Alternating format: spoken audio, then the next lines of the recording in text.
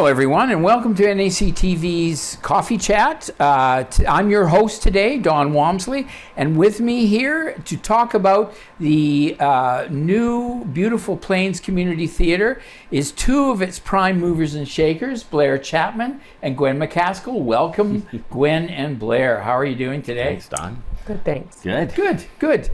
So let's go back to the beginning, because we were going to talk about, you just had an amazingly successful run of your first production, but let's go back to the beginning. So tell me, anything that starts, especially in the theater world, begins with a seminal seed. What was yours? I think people just in the community may be talking to Blair more than me, but then Blair and I talking together and thinking that we'd like to give this a try and to see where the community support would come from. Well, we've got a tremendously musical community. I mean, we've seen that with the community choir and the youth choirs we have, choraleers, school choirs. There's already precedent set. So, all right, that's you. What about you? If they were talking to you, Blair, what were they saying? And in fairness, a long dramatic tradition as well with White Mud, with the high school major productions. And so I think this was an opportunity to build on that. And on the energy in that community choir, having that rolling, and getting such good community support, and conversations with various people who said, could we, should we, dare we try a community theater? And once it's one of those things like retirement, once you start thinking about it, yes, I'm coming out of retirement. It's it starts to take on a life, and you going from the early stages to getting lots of other people involved because it is truly collaborative. That just the stone starts rolling down the hill and gathering all sorts of momentum and energy. Well, you are well experienced with having done the musical productions with NACI. But I know that you've mentioned in the past in our conversations that the transition from working in a school setting with school students was a bit of a different kettle of fish when you're in the community, right? Sure. When the schools, you know who you're drawing from. Yes. And so for our first meeting, we had a meeting at Arts Forward the community was invited to. You don't know who's going to turn out and how that's going to affect what you're going to do. Because I think our initial thought of what musical we were going to do had to change once we had our community meeting. Because then you start to see who's interested. And that does can change the flavor of what production you do. And financial issues. Starting a major production at the high school, you had the school to absorb initial costs, and that threw us for a bit of a loop. I discovered that you're not supposed to announce auditions until you've paid all the bills for your materials and your rentals. And that just didn't come up. And because we were a new account. Yes. We had some delays getting started and a few anxious moments, no question, but we sort of worked through it and got everything happening. So clearly you said your audience or the people who are interested helped sort of dictate the type of performance you would look at, and I well appreciate that kind of situation. So, what made you choose Sister Act? I think numbers of the cast. Yeah. The makeup of males and females. The male-female ratio. It allowed for a wide age range. Yes. Yeah, because we had 4 grade 12 students. Excellent. Who were part of the cast, up to Old. Retired, slightly older. No, we're not going there, people. And really everything in between. Young parents, parents of, high school, university age students. That's lovely. A real eclectic mix, Yep. which is what you want. Yeah. As well as experience, we had people who this was their first time Yeah. doing musical theater, and people who were pretty experienced. Been in a couple of shows. Yeah. Yeah. And some folks that we knew well. There were a number of students, ex-students, who had been in productions with me in the high school. But we also had people we'd never met before come out. Oh, isn't that wonderful? Yeah. That's always a nice feeling when you get it's a mixture of those that are known, but also the new. That's exciting when you get that. Yep. And I think that was one of the exciting outcomes, is the diversity of the cast that we ended up with age and culture and experience And location. and location. Right, from down to Justice, over to Minnedosa, over to Gladstone, up to Kelwood. It really was the Neepawa area that was represented there. Yeah. So you've picked your play. You've seen your group of people. You've talked a little bit about the challenges around when you can declare an audition, the whole thing about copyright, all that kind of stuff. So what was your next challenge? Money. Somewhat. Money was the first thing, that initial upfront cost that had to go into that. And so a lot of the things that Gwen and the board spearheaded, 50-50 tickets, going after sponsors and patrons that would be recognized on our social media and in the program and before each show. That was because we felt that if we were able to sell the number of tickets we thought we would sell, we would be very close to covering our costs. But we needed to make more so that the next time we have to build a bank. Yeah, we have something in the bank so that we can expedite the launch. Well, even getting scripts and the cost, especially if you're getting things that are not in the public domain, can be extremely expensive. It's very expensive. Yeah. It's very expensive just to ship them here from New York. And I think that's a story that shocked us as well as people that we talked to. It cost us $700 to ship the scripts, not rent them, just to ship them to us. See, my familiarity is not with musicals, but was well aware that musicals cost more. They're multi-layers when you're looking at a musical as opposed to strictly doing a play. So it doesn't surprise me, but it's something you didn't realize. Now you know. There were two boxes. One was the scripts for the cast, there are 30 copies, and which is the standard rental amount, and we had 29 people in the cast. Cool. Oh, which that's was wonderful. And then the other box was orchestration materials for the pit band, and between those two, it was a pricey Purolator bill. Wow. Yeah. Well, you've learned. I mean, when you start, you think you have it planned or you've got some ideas and there's unknowns, but then you find out really what some of the realities are, so you're better prepared for the next time. Exactly. And I think we're so grateful, like our communities, just anything that we asked for, people tried to accommodate. I mean, It's wonderful. the community wanted us to succeed and really supported us, not just financially, but in any way that they could. Wanted it to succeed and then kind of made sure it did. Yeah. With, offers of help and with financial support. And So- it was just really... Talk a little bit about how you structured it, because clearly you've got your music, you've got your actors, you've got people you've got singing things to deal with, as well as stage, as well as lines, as well as that sort of thing behind the scenes. Talk to me a bit about what your behind the scenes people were.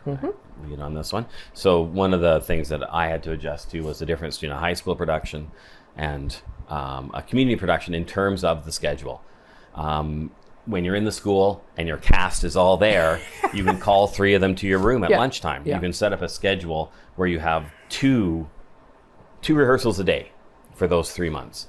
And that doesn't happen in a community program. So we had rehearsals at the middle school Thursday evenings and at Arts Forward on Sunday afternoons.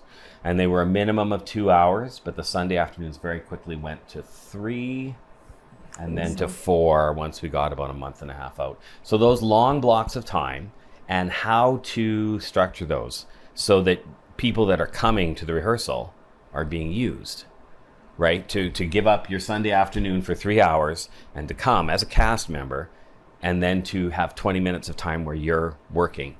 That's not super cool. No. So, I think that largely fell on me, the scheduling. And fortunately, we had an amazing team of directors. Not just me, Susan Salmon, Denise Kennedy, Joanne Freeman. There were 4 of us that were sort of leading the rehearsals and the production. So at any one time over at Arts Forward, there would be at least 2 things happening simultaneously, sometimes 3. Right? So there'd be choreography with Denise and with me at the piano. Susan and Joanne would be working through scene work, blocking out scenes, running them through lines, doing choreo on some of the musical numbers with a smaller number of people in them. And sometimes I would have a crew in one of the piano lesson rooms and we'd be just singing. So there'd be 3 things happening every once in a while. So that, just logistically, that was challenging. There was still time when cast members had time just to sit. And, we talked about how to use that time productively, which they probably didn't need to hear from us. Run your lines, listen to your rehearsed score and practice your song. But it was an amazing directing team who worked really well together. It certainly sounds like, and when you name those people, I mean, those are all people who have participated in exercises or things like this in the past. No, we had. But blocking and understanding what your rehearsal strategy is extremely important. And it's a evolving process too. And there was always, in my mind, watching the rehearsals as we proceeded week to week, just having a sense of, are we on track, right? And because you want to again respect people's time and the fact that they have lives and other schedules, and so when you lay out a month's calendar and when rehearsals are going to be, you really want to stick to that. Yes. Honor that. And as it gets closer to crunch time, ideally you don't want to be adding all sorts of extra time that people haven't really budgeted for yet. Although the nuns... We knew that it was coming, right? Yeah. The one thing about this show that was remarkable was the heavy burden that was laid on the chorus. Sometimes people say, well, I'm just in the ensemble. I'm in the chorus. No big deal. Yes. Then that was not the case. The 20 or so, 19, 20 ladies who had nun roles worked their butts off. Extra rehearsals, choreography, big production numbers, disco dance moves. That was the one spot where we put in some extra. Well, and I think it was surprising because we were in the chorus, right? Right. We signed up for the chorus and they got more than they bargained just a for. side piece there, but very integral. Yes. Centerpiece, that chorus of nuns. And they were out. That was lots of fun. Oh, that's great. And the other interesting thing is everyone who auditioned got a part. Yep. And somehow the parts just fit those people perfectly. That's great when that happens. It was remarkable, really. I mean, the main characters were amazing. Yeah. Super good fits. And I don't think I did a show where people didn't say, how did you know that person would fit that part so well? And you say, well, I wasn't really sure, but that's who we had. Yeah. And then they do a good job. And they don't do it the same as someone else might do it, but they do it their way and they buy into it and it works. When an actor or an actress absorbs a role and becomes part of the role, it's always exciting to see when you see that manifest itself. Yeah. And Gwen talked about like the balance of male and female parts, and this musical is definitely female heavy and is flexible in the female. Right, you could have a smaller group of nuns, maybe a little larger, not a lot. No. But the male roles, pretty specific, and we just had some really really fun parts for the guys. And that's the important piece too. When you've got to have fun doing this, or it becomes a labor. Yeah. as opposed to a piece of love. I don't think the cast ever felt that. The directing team, maybe the labor part. Yeah, But, yeah. You go in. Oh gosh. It was a very supportive Yeah. group, and so Yes.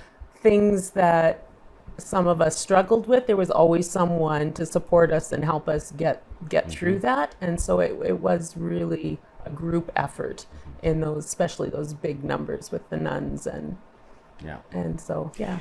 So I've got to ask you, now that you've been through this and you've had a chance to do your postmortems and all that kind of thing, tell me, what do you think you might do differently for the next production? Because I'm not even hesitating to say there will be another production.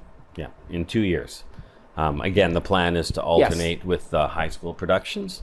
And that's good because the community gets to embrace both. Yeah, That's wonderful. Absolutely, and it gives you a little break between the shows. And we were able to use the creative skills of people who are part of the major production. Yep. They were still willing to help us, which That is so nice. was Yes. amazing.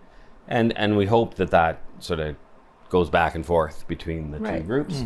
The set that we designed and was constructed for us over at the high school is now at the high school, and very flexible. 4 triangular towers that can be dressed and painted in a that's variety of excellent. ways. That's very good. That spin and move around the stage.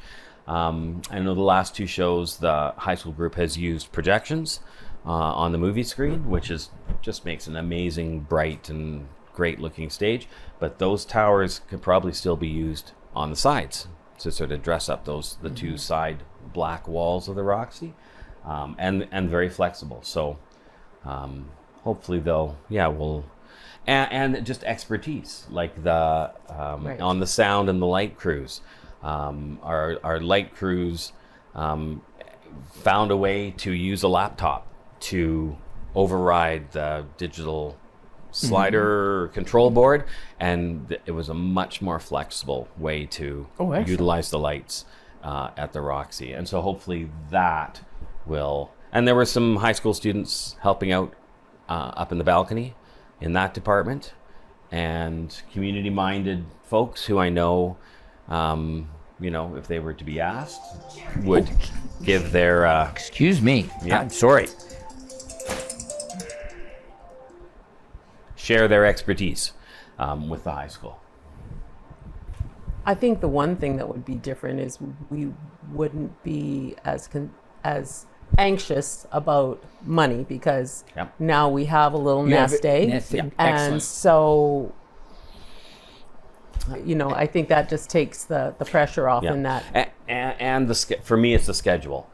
It's sort of saying, okay, that worked. I mean, every show's different, but we got to where we needed to be. And you're just you're just sort of aiming for that opening night. And it's almost like once opening night is done, it's like, oh, there's a world out here, and there's going to be a day after this opening night, because everything is about getting it to where you want it to be when you have an audience. And then having done that, you can relax. And Well, you enjoy can the next rehearse episode. all you want, but when you hit that audience, that's when you find out what happens. And it's so exciting when the audience, know that they're into it.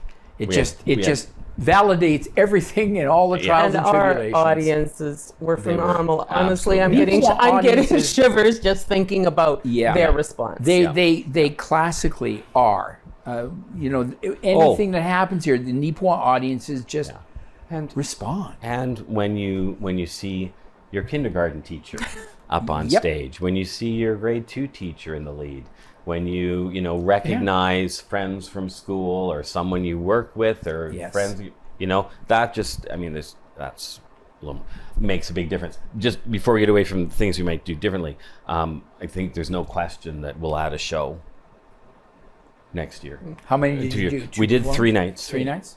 2 nights and a matinee. I feel confident that we'll add, because I've never seen a show sell out so quickly.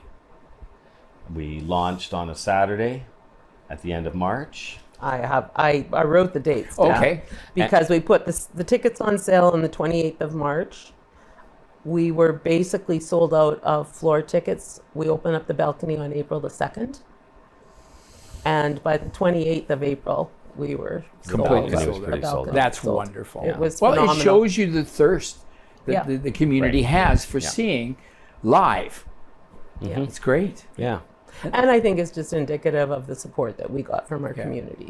Yeah. And because we had lots of different communities represented in our cast, that Oh. brought people from all kinds of Yeah. communities too. Yeah. Yeah. And people were shocked when they phoned a few days ahead and couldn't get tickets because that That was was not their experience, right? Yeah. So it boded well That was for us. nice. That's good. So when you're looking at that, you've got some thoughts about what you might do next time differently. A lot you'll do the same because it worked. Right. So have you got thinking about what sort of possibilities might you consider for the next one? Have you been thinking about what you would like to do? Still recovering from the first one, Don. Yeah, you because when we were looking for Sister Act, I was scanning through the website of the Musical Theatre International company and looking at different things, and we looked at 4 or 5 different titles, and decided Sister Act was the right one. So I mean, a few notions, but it can't. It'll again depend. Again, depend. Yeah. There, I imagine, we'll follow a similar pattern. Early October, we'll put a call out and say we just need to get a sense of what we're looking at. So and who's you'll there. have some possibilities, and Yep. it depends Oh, yeah. on what it looks like. Going with a few, Yeah. but you have to be careful because you just can't have a really preconceived notion. And again, like the contrast with the high school productions, you see your grade 9 and 10 students who are in the chorus or maybe standouts in smaller roles, and then as the 11s and 12s leave and those move in, you sort of you have Right. a couple of key people that in the case of a really challenging big lead role, you've got someone, or in the case where you've got just a depth of talent, something that has like strong ensemble parts, right? Yes. Lots of secondary, lots of really fun and stage stealing moments that's the exciting part too. You've got so much so many options out there for what kind of performance. Yeah. And this musical was fabulous, baby. Like, That was one of our songs, Fabulous Baby. I think from our first reading of the script, there was a reaction from the cast, there was laughter. To the Yeah. very last day, we were still finding places to laugh and that's enjoy, always a good and feeling when right, you're doing it. Yeah. and that was initial. It was Yeah. And for me, when we going with Sister Act, when I realized that it didn't have any of the music from the movie, because looking at the song list and looking at the album from the movie on Spotify or something like that, none of the same music. And people would say, "Oh, Sister Act! I love that movie. Great music, And it's all these sort of R&B, soul, gospel Yeah. classics. So I was a little worried about that, but my goodness, and you don't that initial contact with a script, a song. Sometimes, if it's really good, you don't get it all the first time. Like you said, you have to spend time with it, like a good piece of art. Yes. You spend time with it, and the more time you spend with it, you start to really appreciate it. And boy, did we appreciate this show. Like, the songs were so good. Such high energy production numbers and some gorgeous songs and great lyric, great, clever, smart writing. So this would be the actual music score from the Broadway. Broadway from the production. Broadway show. And that's that what we sometimes got. happens when it transfers into film. But the film came first. Oh, really? I'm Did pretty it? sure. I don't know. No, I think so. The film came Really? first. The Broadway musical followed. But it's a music. The movie is a movie with Yes, music in it, yes, where music plays a big yes. role, plot-wise and energy-wise. But this is a musical, and the music Music is and front and lyrics center. are written to help develop the plot and Yeah. and character and just it's a whole different beast and just amazing. And sorry, I'm still talking. That's good. Just in terms of the arc or the energy of this show, because you can get into musicals where by the second act people are really starting to feel the Roxy seat under their haunches. Yeah. Right? It can start to drag. And I know when you're involved in it, right, you don't really feel that. But I felt like this one was different. The energy just kept going. Yeah. So you've set a fairly high bar. No, we're not allowed to say that. We're not saying that. But yeah, I mean, I've had amazing experiences with lots of musicals, and this is right up there.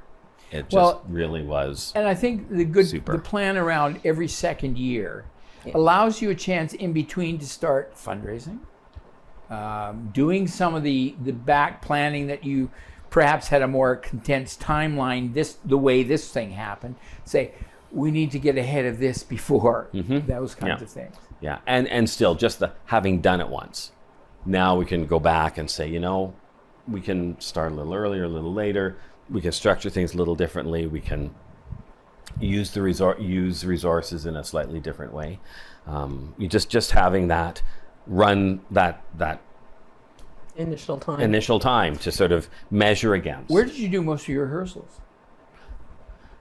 We did Thursday nights at the middle school. Yes. And then we went to Arts Forward. For the other. And then at the Roxy for about the last month on Sundays. Given that stage, and it was nice to. Yeah. And and there's so many things in a production that can't go into place until later. Yes. Right? And which always just leaves you, Well, and the things that you think that you're secure in, as soon as you add one of those later things, then you lose some of that until it all comes together, right? Yeah, you get to the Roxy and the space. I mean, we're sort of aware of the space, but the space adjusts. You have to adjust the space a little bit. So choreography tweaks, and then microphones go on people. And that's a whole other layer of learning on the part of, sound techs that have been there watching for a little while, but now they actually How have many the gear to microphones use. did you end up using? We had 8. That's not actually too bad when you're looking at quite the ensemble. Yep. So switches, right? Then it's the cast learning the microphone switches when they leave the stage and have to take theirs off, or they're holding on to it for the next scene, and then up in the booth, turning that microphone off so you don't get the backstage. A lot of chatter. backstage. The number of backstage assistants and people you would have. Yeah. Everything from makeup to the tech people. Yeah. Especially to in this props the tech. Props people huge. backstage. Yeah. Who were amazing. And after the microphones, then the actual set. And we sort of had sort of a floor plan, little triangles for these towers. But once they actually get there, and then once we had a platform to create some levels on the stage, and then all of a sudden you realize the choreography and the set didn't quite line up. Yes. And so you have to adjust, and everyone does, like with the goodwill, and okay. And we didn't have a stage crew. We had 2 people on props, so that was another thing to coordinate stage changes with the cast. Okay. And that may be something that we do a little differently the next time. Depends on the set a bit. I Yes, think, but that again is that was a something whole other thing. Okay, to you know your coordinate. lines, you're doing your choreography, and you got your songs. Now, here are the 5 people that are gonna move this set around and get it ready for the next one, and bring in items that are needed for the scene. Those kind. Well, and this is the learning experience, right? And every production you'll tweak again. Yeah, little things come up and say, oh. That was the first time that I'd done a show where deliberately the actors are going to be the stagehands. And we'll look at the next show and consider the degree to which that were. I know I got comments from people who said they were fascinated watching, and it wouldn't matter necessarily who was doing it, fascinated watching the set changes between each one. The lights dim, the pit band is playing, and the set is sort of spinning around. And When moving you're doing in front. live theater, my experience has always been that people are much more engaged in that peripheral stuff because it becomes part of the performance. Right. They see it as a whole. As you're right, that's neat. Oh, look at that set. Oh, that's changed. Yeah. All those kinds of things. So I'm not at all surprised you got feedback like that. Well, and anybody who's been on the Roxy stage know that there's some challenges, and so Yes. when you look at the set and see how it has been managed, and really creatively be able to do different sets without really taking anything off the stage. Always a challenge, and every production will bring its own challenges with that. But you're right, it is a compromise stage. My first stage as a director was in a school gym down in Vida, Manitoba, and we had big black curtains, and we'd draw those curtains and change the set. And I got here to this amazing theater.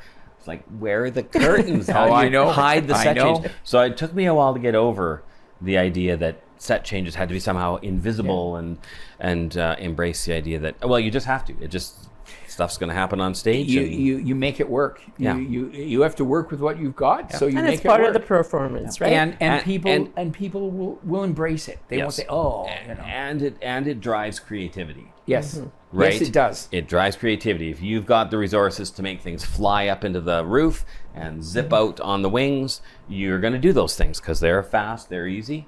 When you don't have those things, you have to come up with some creative solutions that will be workable. Yeah, for sure. I think something we need to address too is the pit band, because it was phenomenal, and I know it was probably one of Blair's highlights. Yeah. And of course, it's Who did you have in your pit band?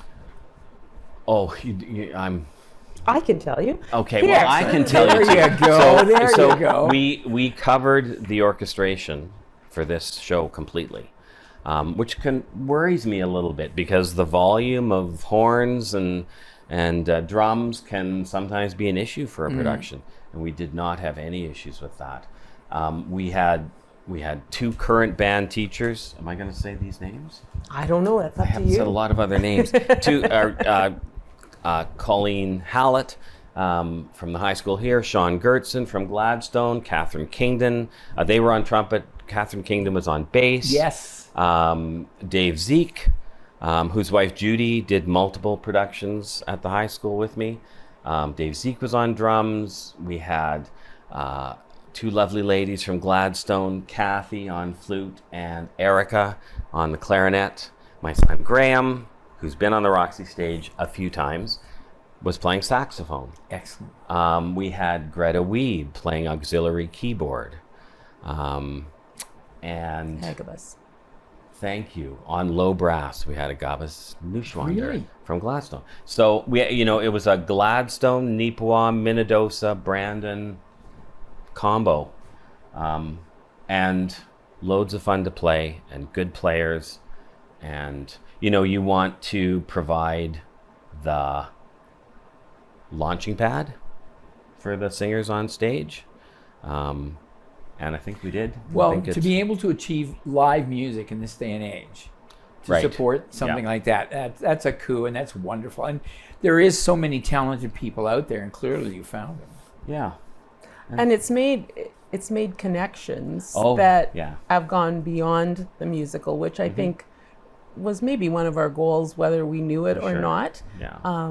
So It was neat to see in the photographs that Bob Lepischuk came in and took Oh, for gosh. us. And we had Brian Bailey in Yeah. taking headshots for our social media, which was wonderful. Amanda Nottingale took care of that for us. Photos of people from different communities, of very different ages, from different backgrounds, sitting together, having a bunwich after a dress rehearsal. Like you look at those photos, say, look at those people and interacting, and that's really neat. The two band teachers here in Neepawan and Gladstone. Colleen started playing with the community band in Gladstone, where a number of those players came from, and then the two of them have come to each other's band concerts and played with each other's bands.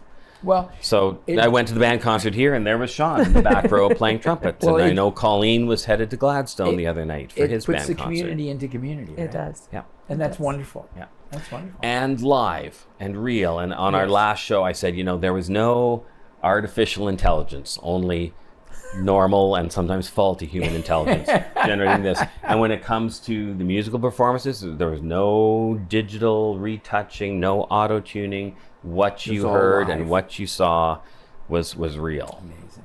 Yeah. Amazing. So anything else you would like to add at this stage?